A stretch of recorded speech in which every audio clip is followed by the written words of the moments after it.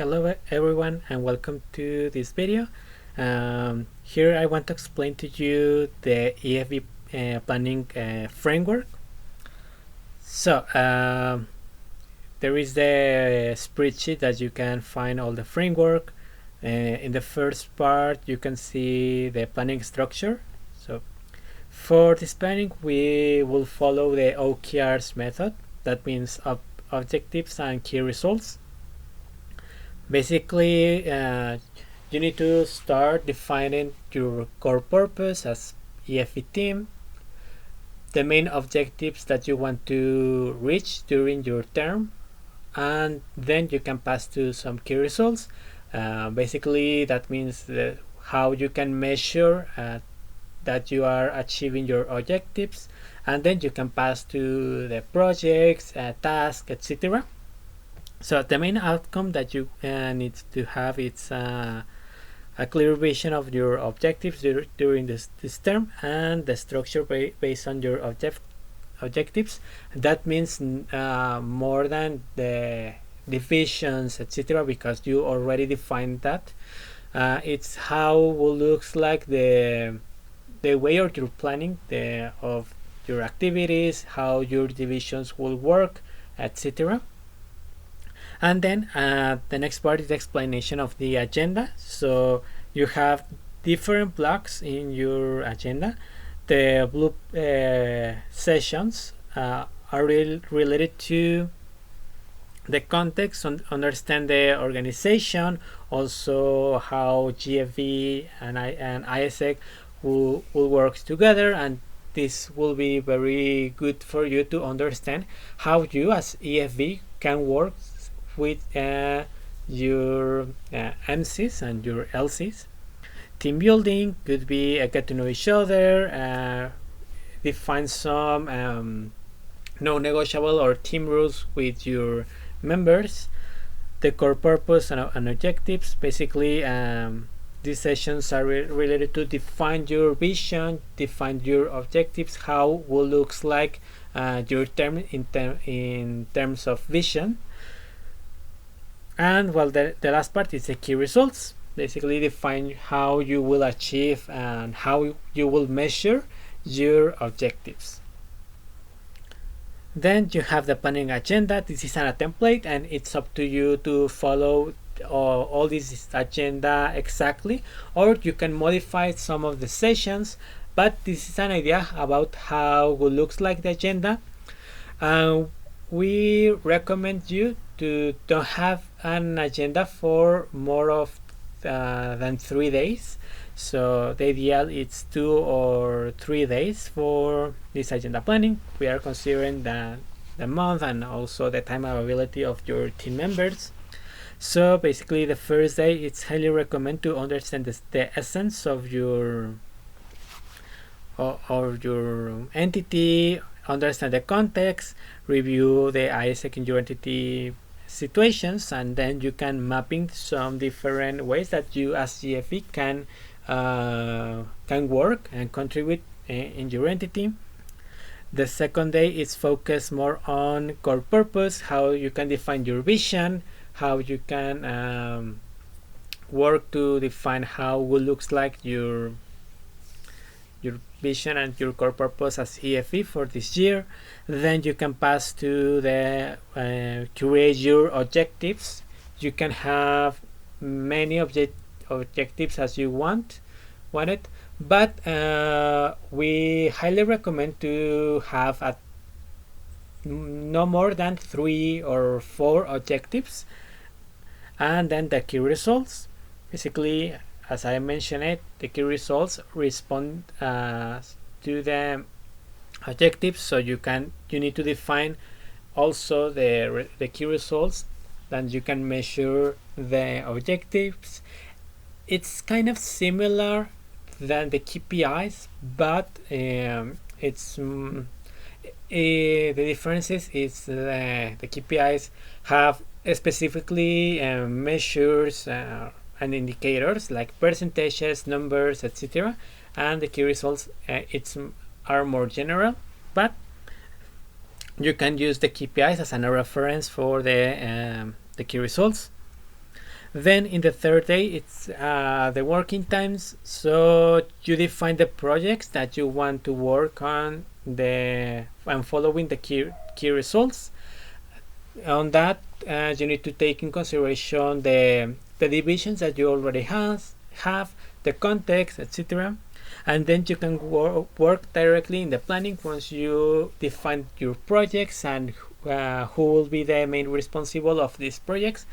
Then you can pass to the definition of the business as usual, how your rest of your time will looks like, and the tasks that you need to do.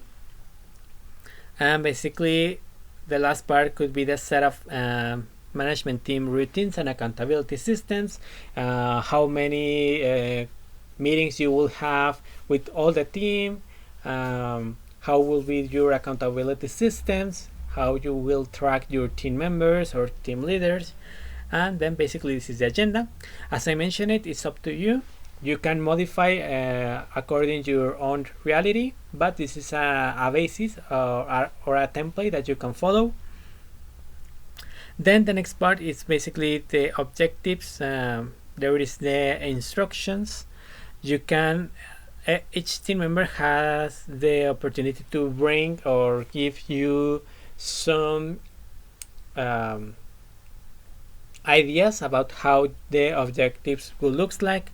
Then you can pass for a scoring, and then you can define or discuss about how will be your objectives based on the most voted objectives or proposals. You can have brainstorming conversations, and then you can define the objectives based on the brainstorming, the voting system, and the discussions that you will have with your team. For the key results setting will be basically the same. Could be more faster because you already have divisions and you can have an idea about how will looks like the key results or how you will measure the different departments. So you can follow with the same logistics, but as you can see it, you will have this table for each objective that you will define. So for example, in the template you have 3 objectives, so you can define and you can have brainstorming with your team members around the key results for each objective. Also, it's basically the same logistics, but now you can pass for the key results. And then once you have the EFB vision, that will be the first part before the objectives and key results, but it's up to you if you want to use slides or a spreadsheet, etc. The logistics of how you want to build the EFB vision, it's up to you. But well, once you have your vision, your objectives, and your key results, you can basically establish your or put your final objectives and key results right there. The template it's created to have 5 objectives, but remember the number it's not necessary. This number is not required. You can have the number of objectives that you wanted. I highly recommend you have no more than 3 objectives, but well, you can go to this part. You can put right there the objective name, and then you can put the key results right there, which are the KPI or how the number of the achievement. For example, I don't know, for the key result number 1 could be number of entities audited. So could be 100% of the entities, could be absolute number, could be 5 entities audited, etc. So you can put right there the number and the key result. Then you have all of these things. You can move in forward to the projects part. Then you can put right there your objectives for easy way to see it. And then you can put the key results right there, and based on your key results you can create your own projects. This could be a brainstorming part. So for example, if you will have, as I mentioned it, a key result related to audits, you can put the potential project related to this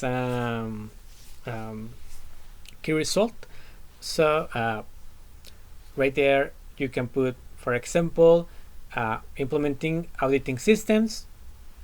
This is an example. Why of this project? You need to explain the importance of this, how this project will work or help to your project. So you need to justify the reason of this project, potential synergies, etc. So you have this brainstorming. Once you have these projects, you can discuss with your team and define all the projects that you want to have, and then you can decide the team leader of the project. That means could be your team leaders in their structure, or could be specifically team members. Basically in this part you can put the names of the responsible of this project, and which will be the team members of, or the synergies that you will have with this part. And then in the last sheets you will find the projects areas timelines, or well, in this sheet you need to put the tasks and activities that you will have during this semester based on the projects. So once you have the projects, you can identify which of these projects are related to different divisions. For example, if you have an audits project, it's obviously that we can assume that these projects will be under the audits division, in case you have an audits division, of course. So then you can have the audits project area. So you can name this sheet for audits, and you can put the project right there, the name of the project and the tasks of this project. Also you have the grant part. You can change the color of these cells to put the and have a visual way to see it, the timeline of your projects. And basically that's it. You can talk with your project buddy to align some logistics. If you need more resources to understand the framework, just let us know. I highly recommend to you to read about the OKRs method. Try to plug and play with this framework. In case you need more resources or you need to modify some things, feel free. This is your planning, and you are the person responsible of this project. So for this delivery, and also for this project in your entity. So you can modify this framework, use other framework, it's up to you. But the idea is every EFB teams having plannings. And that's it. Thank you for watching this video, and see you.